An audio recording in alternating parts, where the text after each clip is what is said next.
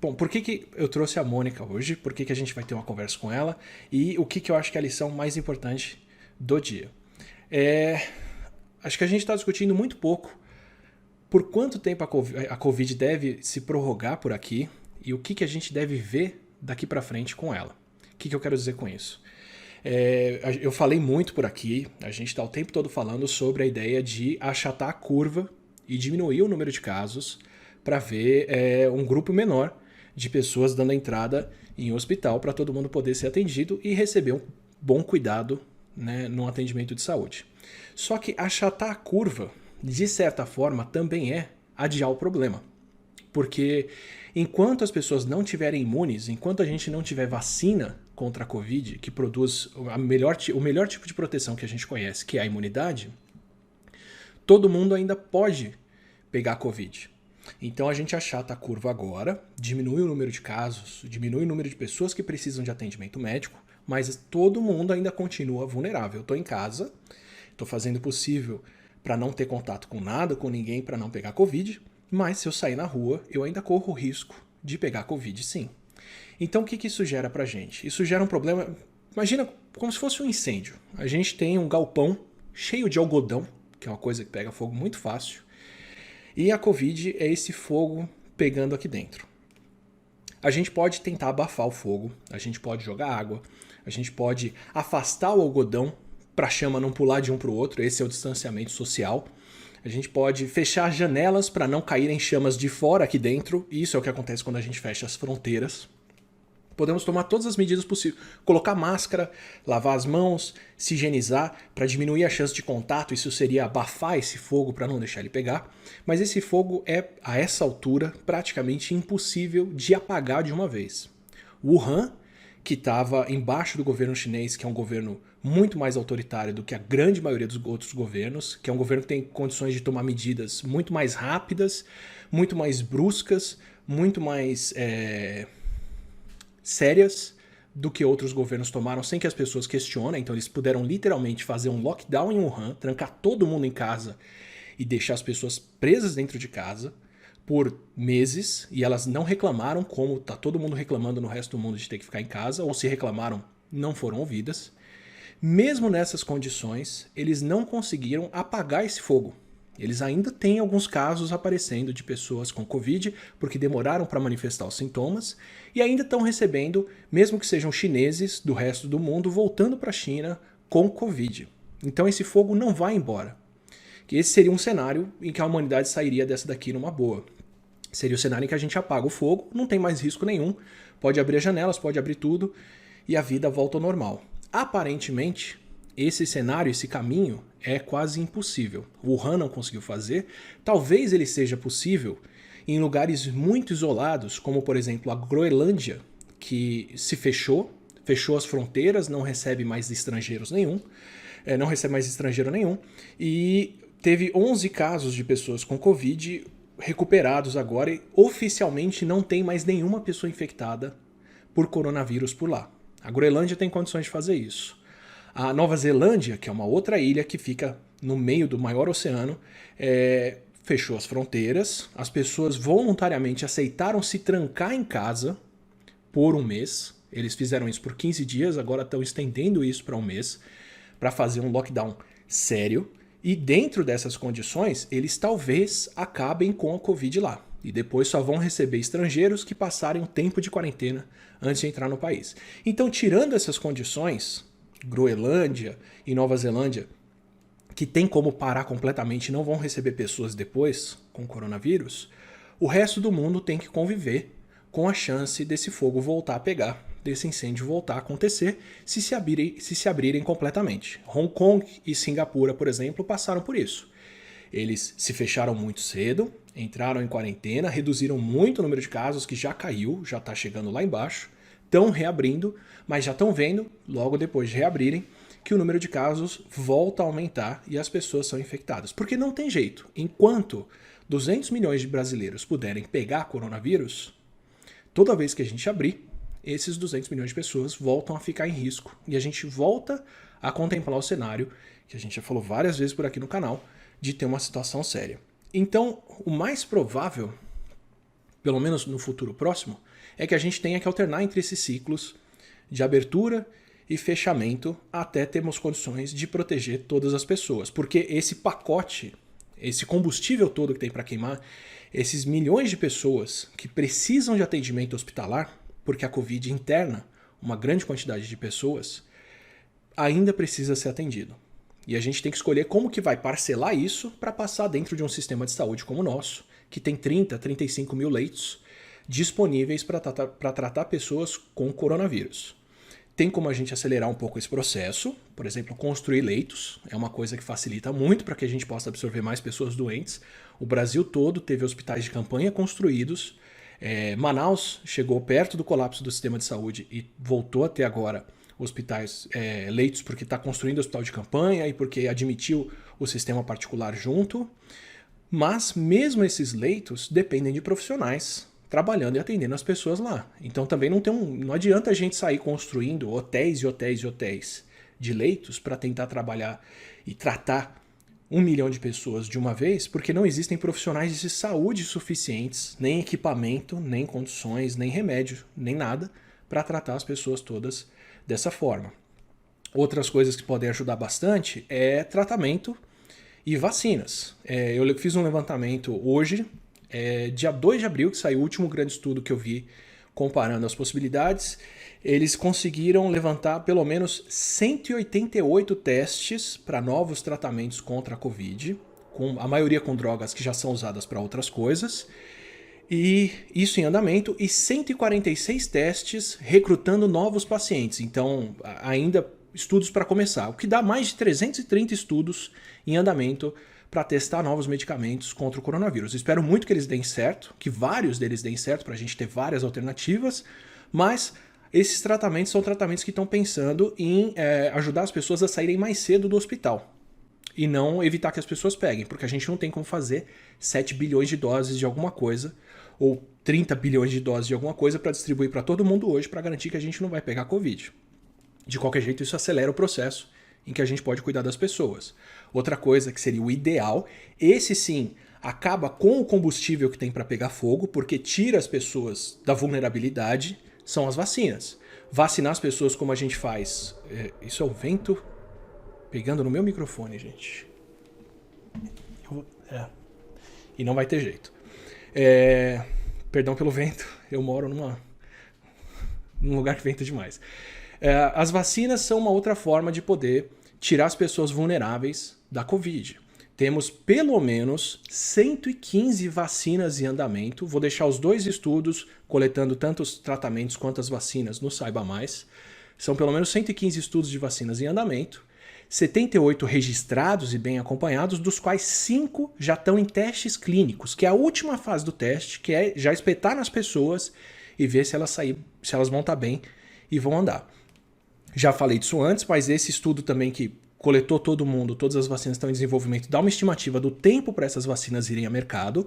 Eles citam a vacina contra o Ebola, que eu já falei por aqui, como a vacina mais rápida já desenvolvida, que levou 5 anos para ser usada. E dão que, como a gente já tem algumas dessas em estágios mais avançados, como testes clínicos, se essas mais avançadas funcionarem, uma expectativa realista seria ver essas vacinas indo para as pessoas no meio do ano que vem. Meio do ano que vem. Isso seria o desenvolvimento mais rápido de vacina que a humanidade já viu. Mesmo assim, entendam que não dá para a gente produzir 7 bilhões de doses de vacina de uma vez. Inclusive, isso depende muito de qual estratégia de vacina vai dar certo. A gente vai ter uma live aqui sobre desenvolvimento de medicamentos, que eu vou trazer um pesquisador dos Estados Unidos que trabalha com teste de fármaco para ir para mercado, para mostrar quanto tempo isso leva, como isso é feito. A gente vai ter vídeos sobre como é o desenvolvimento de vacinas, eu vou explicar diferentes estratégias e por que algumas são melhores do que outras ou não. Mas dependendo do tipo de vacina que a gente fizer, se por exemplo forem vacinas que dependem do SARS-CoV-2, do coronavírus para serem feitas, são poucos lugares no mundo que têm condições de cultivar esse vírus de maneira segura para fazer milhões de doses. Não estou nem dizendo bilhões que são as necessárias. Então, vacinas são o melhor cenário, são a melhor coisa que a gente pode esperar. É ótimo que tem tantas vacinas sendo testadas, mas elas também demoram para ir para o mercado. Um cenário realista é a gente ter algumas vacinas dessas funcionando parcialmente, pelo menos, mas bem o suficiente para que elas sejam distribuídas para quem é mais prioritário, que são os profissionais de saúde, por exemplo, e profissionais essenciais e quem está fazendo os serviços mais necessários. Então, claro, a gente vai ter uma certa priorização de quem deve receber vacina primeiro, como a gente faz com a vacina da gripe, que vai primeiro para idosos, vulneráveis e por aí vai. Então, de novo, mesmo num cenário de desenvolvimento de vacinas, a perspectiva é que se elas entrarem no mercado no meio do ano que vem, ainda se leve pelo menos por volta de um ano para todo mundo poder receber. Então tudo isso joga a linha em que a gente vai estar protegido contra a Covid lá para frente. E aí fica a dúvida, ok, se vacina e medicamento não vai estar disponível tão cedo para as pessoas, quanto tempo a gente leva para o mundo pegar a Covid, estar imune e estar protegido contra ela? Essa semana saiu o primeiro grande estudo fazendo esse tipo de estimativa, fazendo esse tipo de comparação. Eles fizeram isso para os Estados Unidos e países temperados, porque é para onde eles têm registro de como vírus respiratórios circulam bem. E o ponto crucial que eles dão é: quanto tempo esse vírus vai levar para circular depende da nossa imunidade contra ele e da facilidade com que ele circula. Os dois coronavírus mais parecidos com o vírus da Covid, que são o vírus da SARS e o MERS, não circularam o suficiente para as pessoas poderem saber como isso funciona, então eles ficam de fora. O que eles usaram para o estudo são os coronavírus que causam resfriado nas pessoas. São os dois coronavírus humanos, aliás, são dois dos coronavírus humanos que a gente tem registro, tem teste, tem acompanhamento deles para saber como eles infectam as pessoas. E uma coisa que é complicada com eles, talvez seja complicada com a Covid se acontecer também, é que as pessoas não ficam protegidas contra esses vírus por muito tempo. Normalmente as pessoas ficam imunes contra os coronavírus de resfriado, que são os outros, por volta de 1 ou 2 anos, e elas podem pegar eles de novo. E eles circulam com mais sazonalidade, eles dependem mais do inverno para poder circular. Mesmo assim, eles vão fazendo uma série de extrapolações e o que eles dizem na falta de tratamento e na falta de vacinas, com os leitos de hospitais que se tem hoje disponíveis, no melhor dos cenários, levariam até o meio de 2022 para países de primeiro mundo voltarem a ter uma circulação normal de pessoas. Até lá, teriam que manter um grau de distanciamento social, alternando entre quarentena e outras coisas. E o próprio estudo fala, a gente não tem como dar respostas econômicas para isso. A gente está estimando quanto tempo leva para o vírus circular por aqui de maneira segura, com as pessoas se protegendo contra eles, para não extrapolarem o número de atendimentos hospitalares que cada país dá conta de fazer, porque o vírus tem esse potencial, como a gente já sabe muito bem.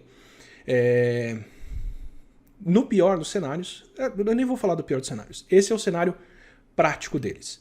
Se a imunidade for bem protetora, se a gente conseguir monitorar bem e conter a circulação do vírus o suficiente para quem precisa de atendimento receber atendimento, para os países de clima temperado, um cenário realista seria esperar do meio para o fim do ano que vem, muito mais provavelmente 2022. É o que eles fizeram para lá. Aqui no Brasil, a gente não tem esse tipo de acompanhamento para fazer um estudo desse. Mas já sabemos o que adianta. Construir leitos de hospital acelera esse processo, desenvolver tratamento e vacina aceleram esse processo. Estamos tentando fazer isso ao máximo, mas é bom a gente se preparar e contar com um cenário realista, sério, que demanda mais atenção das pessoas. Não dá para todo mundo sair contando que a gente vai ter uma vacina logo mais na esquina e se desproteger e deixar a situação ficar descontrolada. Porque se a vacina não for viável dentro dessa linha do tempo, a gente não quer ser pego de surpresa. Muito melhor você estar preparado agora e uma vacina adiantar o seu preparo do que o contrário. Como toda vez que eu falo isso e falo que a Covid é um problema longo, sério, que gera uma mudança da humanidade, a primeira pergunta que me fazem, que eu não tenho a menor condição de responder, é: e a economia? Então, para responder essa pergunta, para falar o que é economia, eu trouxe, e sou privilegiadíssimo por poder falar com ela, a Mônica De Bolle, que é uma especialista em crises financeiras, atualmente é professora da Johns Hopkins University e também é pesquisadora sênior do Peterson Institute for International Economics. Meu inglês para pronunciar essas coisas é terrível. E por que eu trouxe a Mônica? Só para deixar isso claro antes de abrir para ela. Porque somos educadores. Eu falo isso sempre por aqui, o nosso papel não é um papel de imprensa, a gente não está reportando o que está mais acontecendo agora. A ideia é pensar a longo prazo, extrair lições, extrair ideias disso. A Mônica é uma professora, uma excelente professora, muito boa comunicadora, e eu acho que é a pessoa ideal para a gente poder justamente fazer esse tipo de extrapolação por aqui. Então, por favor, muito boa noite, Mônica. Obrigado pela presença, pelo privilégio. É um prazer estar aqui com você. Muito obrigada. Eu já queria começar então com a pergunta. Primeiro com uma pergunta básica. Ok, Covid é um problema econômico, vai ser um problema. A gente tem uma crise começando e vindo aí pela frente, por aí vai. Mas se a China tivesse contido o vírus, se ele não tivesse saído de Wuhan e a gente nem tivesse discutindo agora sobre coronavírus por aqui, porque o perigo passou, já estaria. Como é que estaria a economia nesse tipo de cenário, em que as coisas já se resolveram? Olha, a economia estaria abalada do mesmo modo, porque como a gente viu já até nos últimos dias, saiu esse número, o PIB da China caiu no primeiro trimestre, comparado ao primeiro trimestre do ano passado, caiu quase 7%, foi 6,8% de queda, que é uma queda brutal numa economia que nas últimas 3 décadas só viu crescimento, só viu o PIB andar numa direção, né? E o PIB teve essa queda. A China é hoje um dos elos principais da economia mundial. A China é central, não apenas por ser uma enorme, imensa economia, como também por ser uma economia por onde passam várias das cadeias de valor de tudo que se pode imaginar, né? Então, desde produtos farmacêuticos, como a gente está Sim, vendo já estão agora. fatando, inclusive. Exatamente, até diversos outros tipos de produtos. Então, a parada da China já havia afetado a economia mundial, mesmo antes do vírus se espalhar ou começar a se espalhar mais rapidamente pelo mundo todo. Então, numa hipótese em que a China tivesse sido capaz de conter o vírus, só isso já teria tido um impacto bastante forte na economia mundial e no Brasil em particular, porque a China é um dos nossos principais parceiros comerciais. Aliás, é o nosso principal parceiro comercial. Perfeito. Então, quer dizer, problemas econômicos já são algo que a gente estaria enfrentando, independente de ter a Covid agora aqui. Com a Covid agora aqui, pior ainda, porque a gente é obrigado a fazer quarentena, ficar em casa e essas outras coisas. Eu fico nessa dúvida aí porque as pessoas colocam esse conflito entre economia e saúde, né? Como se fazer a quarentena prejudica a economia, então em favor da economia a gente deveria abrir a quarentena. Mas tudo que eu vejo fala que com as pessoas doentes, com as pessoas sendo hospitalizadas, esse problema econômico já acontece, né? E se esse problema já acontece e a gente deve passar por isso por esse tempo todo, por pelo menos um ano, se a gente já teria crise até aqui, como que vai ser esse atrito agora de quarentena e as outras coisas por mais um ano ou dois por aqui, pelo menos? Bom, a gente vai ter uma continuação do que a gente já está começando a ver no Brasil e que a gente já está vendo no resto do mundo, né? Então, eu estou falando com você aqui dos Estados Unidos. Aqui as quarentenas já foram impostas há mais tempo do que no Brasil. Uhum. A gente já está vendo aqui o impacto econômico disso. Então, por exemplo, só para dar alguns números, em termos de pessoas que estão pedindo seguros-desemprego, nas últimas 3 semanas foram mais de 20 milhões de pessoas, foram 22 milhões de pessoas pedindo seguro-desemprego porque perderam o emprego. Isso Aí, vindo de uma alta histórica de emprego aí, né? isso vindo de uma alta histórica de emprego. Então, a taxa de desemprego estava lá embaixo, estava em 3,5%, que é um nível historicamente baixo, inclusive para os Estados Unidos. Em março, essa taxa de desemprego subiu, mas não muito, ela ainda não pegou o efeito da parada súbita, né, que as quarentenas impõem à economia. Então, o que vai acontecer, muito provavelmente, é que em abril, essa taxa de desemprego vai saltar de 4,4%, que é o que ela estava em final de março, para 2 dígitos com facilidade, assim, para algo provavelmente bem acima de 10%. O que é inédito, porque na crise de 2008, que foi uma crise puramente financeira, não tinha o componente epidemia, pandemia, a taxa de desemprego também foi muito alta, mas ela demorou algum tempo para chegar nesse patamar de 2 dígitos. A gente agora vai chegar nesse patamar em 2 meses aqui. Então, isso é para dar a dimensão do tamanho desse choque num país onde as quarentenas e a epidemia, bom, aqui já é há algum tempo o epicentro da epidemia. O baque que o Brasil vai sofrer, já está sofrendo na realidade, é imenso.